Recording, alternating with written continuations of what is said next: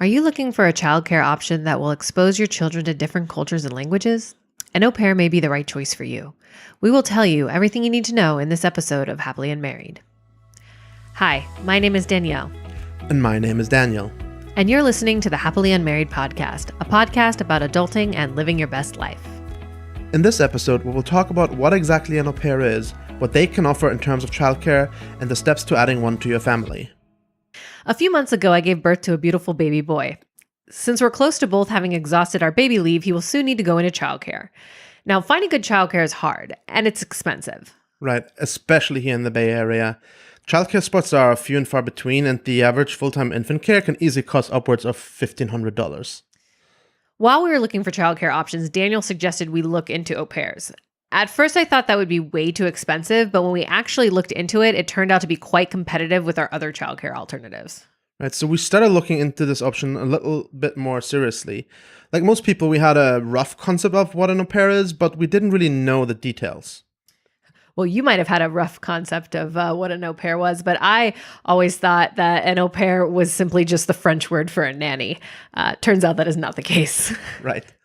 So what au pair actually stands for is it's the French word for au par, or equal to you.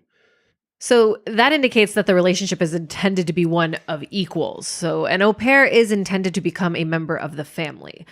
So they are not a nanny, they are not a housekeeper, and they are definitely not indentured servants. Right. So it's important to understand that when you're hiring an au pair, you're not just hiring a caregiver for your children, but you're actually opting into a cultural exchange program.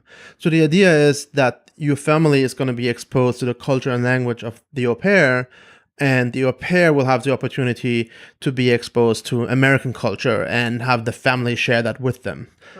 Yeah. So since an au pair is intended to become a member of the family, what exactly are the responsibilities of an au pair? So the primary duty of an au pair is childcare. That being said, there are restrictions on how many hours they can work in a day and in a week. Correct. So per their contract, an au pair cannot be asked to work more than 45 hours in a week and no more than 10 hours in one day. They are also required to have one full weekend off a month. So if you happen to work, you or your spouse or whoever happens to work on the weekends, you would have to ensure that you found alternatives. Thank you. Alternative care for at least 1 weekend a month. The nice thing, though, about the schedule is that it is flexible. So as a host family, you have the ability to create what that schedule is going to be, which will, in our case, one thing that we're actually really looking forward to is being able to, adjust the schedule once a month or so that we can carve out an additional 4 hours or so for a date night. Right. Daniel mentioned that the primary responsibility of the au pair is to care for the child. But that doesn't mean just taking care of the baby. So there are some additional duties that they will be and can be responsible for. Like what?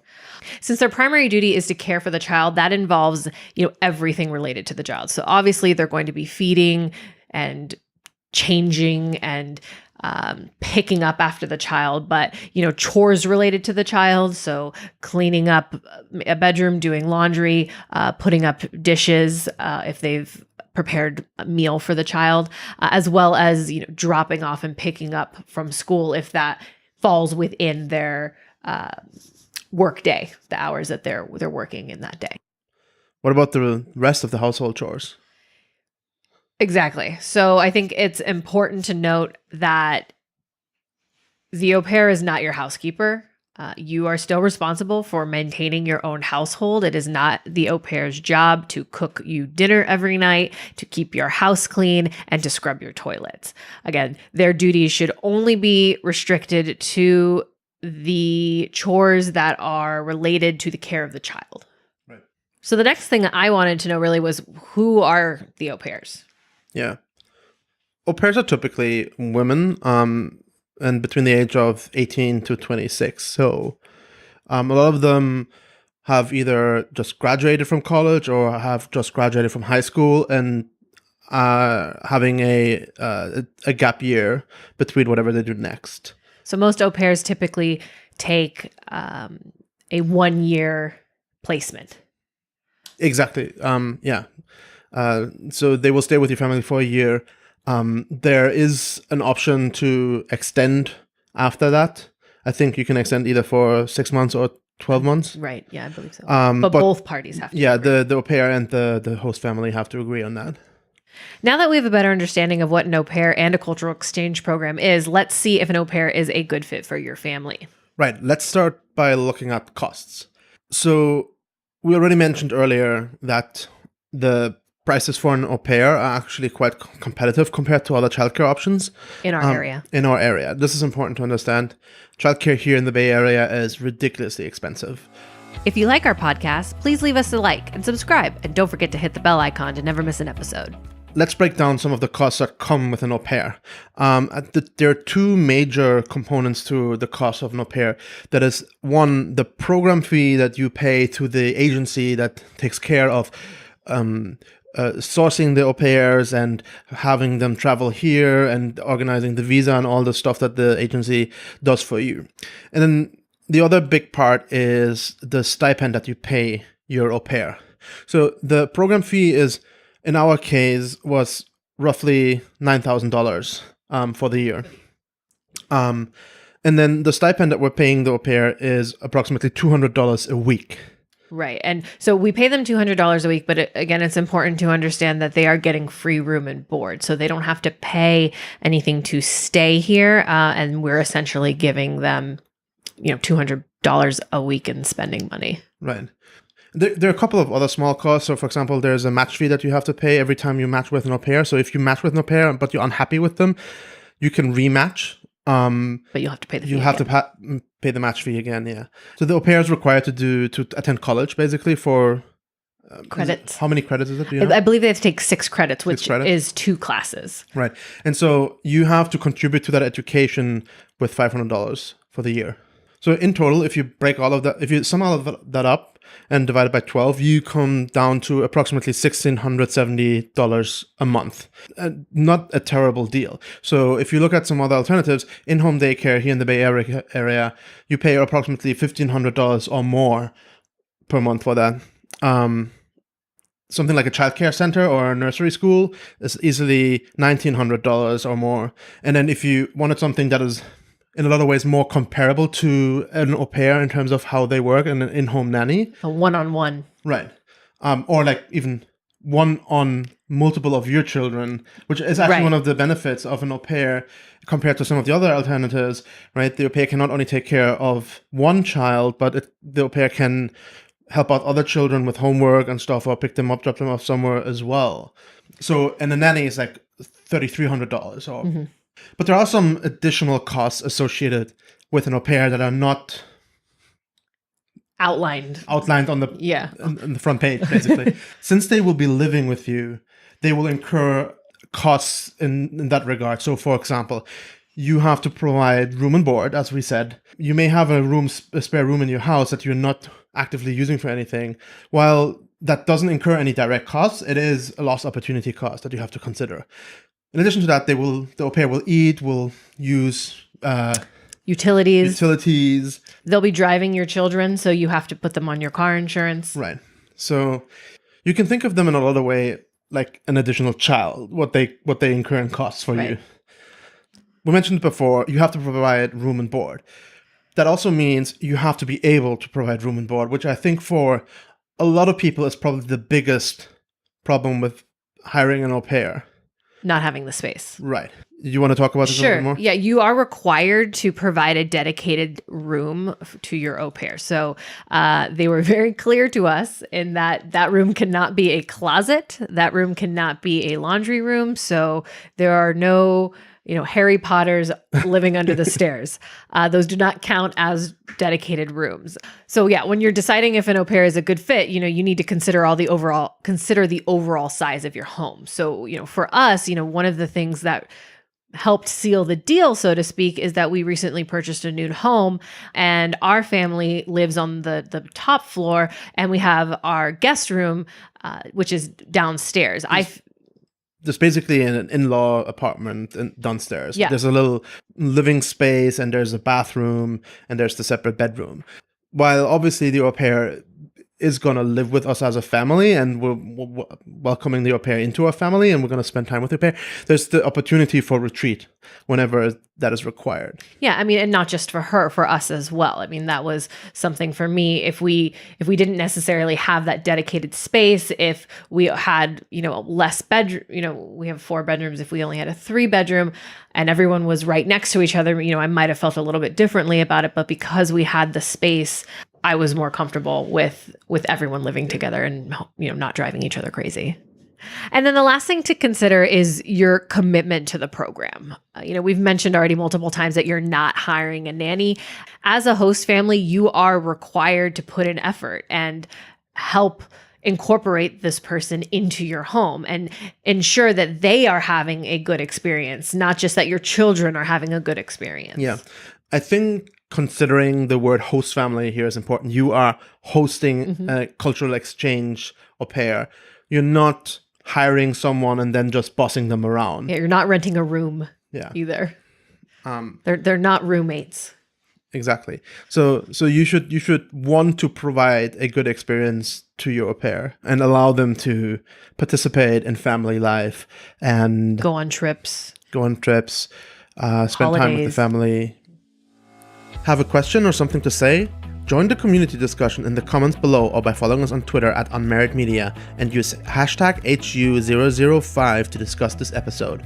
So once you've decided that an au pair is the right path to go for your family, you will need to start looking for one. Yeah, and the best way to do this really is to go through one of the many au pair agencies. We took a look at a few and did a little bit of research, and we settled on Au Pair in America. So once you've settled on an agency, you create an account with them. They all have websites where you can log in, and then there's the au pairs. They have profiles, so you can kind of like filter and search and sort through those profiles and find a au pair that matches your requirements. So in our case, it was important to us that the au pair was able to speak German. We are raising our children bilingually. I have heritage in Germany. I was born in Germany. And so finding an au pair that is able to speak German and help us with raising our children bilingually was our number one priority. Right. And another one of our requirements was age. I was not interested in bringing someone into our home that was either 21 or going to be 21.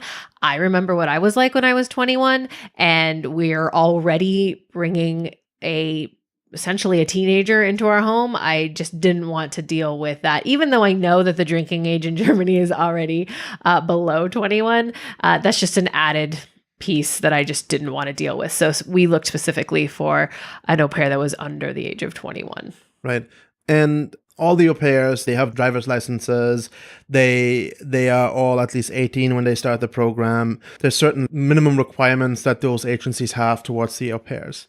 And then the last thing for us that was important was educational aspirations. So we were looking for an au pair that, was doing a gap year, but has intention of going back to school and completing their degree. Education is something that's really important to us, and we really want to instill that into our children. So we wanted to make sure that, whatever au pair we brought into our family also had those values as well. Right. Once you've established basically your filters and you found a couple of au pairs that match your criteria, you can actually look at their material that they have provided to the agency. At least for Au Pair in America, that is, each of the au pairs has a little introduction video where they talk about who they are, where they're from, what they do, why they want to do the program. So basically, you'll sit down with your 5 or 10 or whatever, how many au pairs that match your criteria, and you look at their videos. And there's a bunch of other supporting material that they provide through the agency. So there's a letter to the family. The agency does an interview and provides you with notes on the interview. They get their entire work history, their childcare history, and then they also get their references. So you can review all of that material before even speaking to one of the girls. Right, and that's really great. I think we were able to filter out at least 50% or more of the au pairs that we had that matched our original criteria just based off of that material. Right, and we landed, I think, on 3 that we were interested in interviewing. Right, which is the next step. Join us next time when we will discuss how to use chores to teach responsibility to children. To not miss that or any other episode, make sure to subscribe and hit the bell icon. So once you've selected your request, yeah. One thing that we do recommend is, well, a couple things. One, you're going to be scheduling, or we recommend that you schedule these interviews via video chat rather than just over the phone, and prepare for the interview. I think we allocated 45 minutes per interview. Approximately. And, we had a lot of questions and we looked up a lot of questions. We prepared our own questions. You have to figure out what's most important for you. You also have to remember that they are not native English speakers. So you have to make sure your questions are easy to understand. And when you are interviewing, that you're asking your questions slowly and clearly and giving them time to respond. Yeah. I think what also really helps is let them know that that they are not native speakers. And if they have any questions in regards to understanding, or if they want you to repeat a question or something, that they should just ask. Make them feel comfortable about that. Because one of the primary reasons a lot of these girls want to come to America specifically is because they want to practice their English. One of their goals is to improve their English skills while they're here. Exactly. After the interviews, we took notes during the interview, so we reviewed the notes afterwards, and we then chose one of the au pairs that we wanted to move forward with, that we liked the best, essentially. And so you make them an offer. You make him an offer. A job offer, essentially. I sent her an email, let her know that we were, really excited about about the interview, and we wanted to move forward and make her an offer to join our family. And once they'll respond, whether yes or no. But the minute that they say yes, that's when you officially match with them through the portal. Right. And that's what really then gets the ball rolling with the agency. And so then once you've connected with your au pair, both you and the agency will prepare for arrival. So there's a bunch of stuff that needs to get done. Yeah, and I should point out too that a lot of au pairs start after they've completed high school, which means that, the start dates are spread out throughout the year, but there's a significant amount of start dates that occur in the summertime.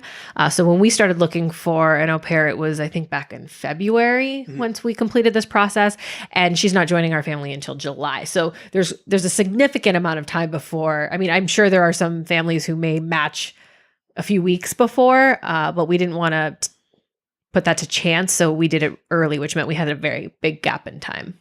Right. So that being said, what are some of the things that the agency takes care of for us? So the agency takes care of a lot of the formalities and logistics, which is the value that the agency adds in the end. So for one, all these au pairs, they need visa paperwork. So they can't just come to the US for a year. They actually need to have the proper documents, and the agency takes care of all of that. In addition to that, the agency will provide health insurance for the au pairs, and the agency will organize the arrival of the au pair into the US at the location of the orientation. So all the girls that start at the same time, they come together and have a 2 to 3 day orientation where they learn the basics about childcare and how to fare, how the program works, all the living in America. It's also a good opportunity for them to meet girls who are going to be staying in other areas of the country. They are required, that's another requirement, to get 2 weeks paid vacation. So a lot of them, make friends and then coordinate trips for when they take their vacation. And then since Au Pair in America hosts their orientation in Connecticut, they then also organize a trip to New York City for the girls as well. Right. In our case, San Francisco and the Bay Area is a little bit special in that regard. The agency also organizes the trip from the orientation to the destination, so basically to us? We were able to take advantage of the offer, which allowed us to not have to pay for their travel to our home from the orientation. But I do believe that depending on where you're located, you may be required to pay for the travel. Right. So that's the stuff that the agency takes care of. But obviously, you are inviting another person into your house, and so you need to prepare for that.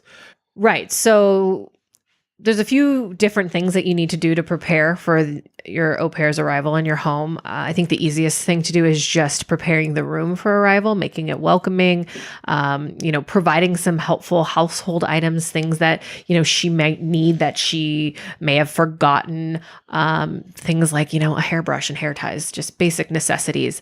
Also, one of the things that we're going to try to do is include a couple gifts, kind of welcome gifts for her. So that part's easy. That part's fun. Just getting the room ready to go.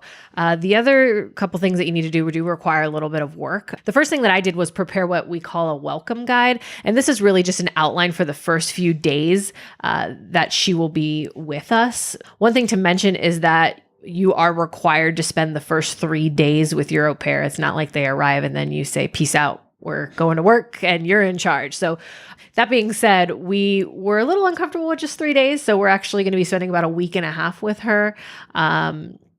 So what we did was outline essentially every day for the first week and let her know who's going to be home, what things we have planned, going to Target, going to the grocery store on the weekend, things like that, just so that she knows before she gets here that we've already put a little thought into what her first week's going to be like. And that will just help relieve some of the anxiety that she's probably having. The other part of the welcome guide was a breakdown of all the things that we need to complete in the first month. And that's things like getting her social security card, getting her driver's license, getting her a bank account, all of the things that she needs to be able to function in the US for the next year. And then the last thing that I prepared, or actually I shouldn't say that we've been working on together, that it actually takes up the most amount of time is preparing what we're calling a family handbook. And this is something that the agency suggests that you put together, essentially a guide to your home and family for the au pair, so that they can easily, flip through. It has, all the important phone numbers, information about your children, what they like, what they don't like, what you should do when, the child misbehaves, where the child should eat, what their schedules are. And then obviously any household rules or guidelines just in general that you have. The more information you can provide her about your home and your family, the easier it's going to be for her to get comfortable with her new role. Right. So these are basically the things that you need to prepare or you want to have ready before your au pair comes.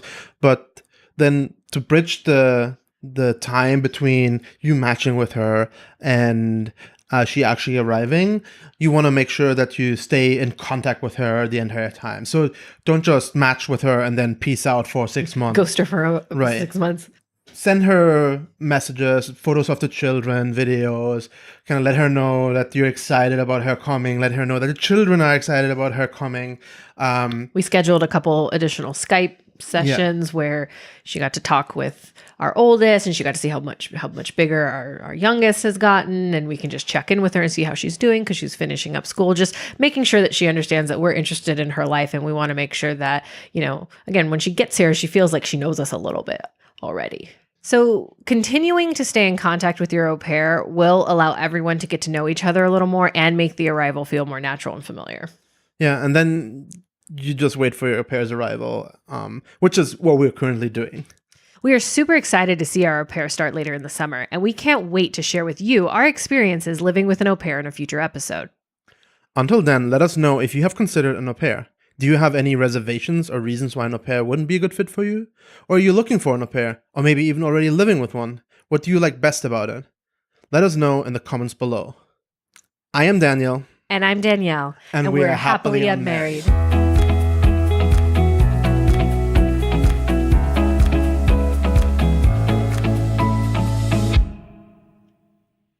I'm like...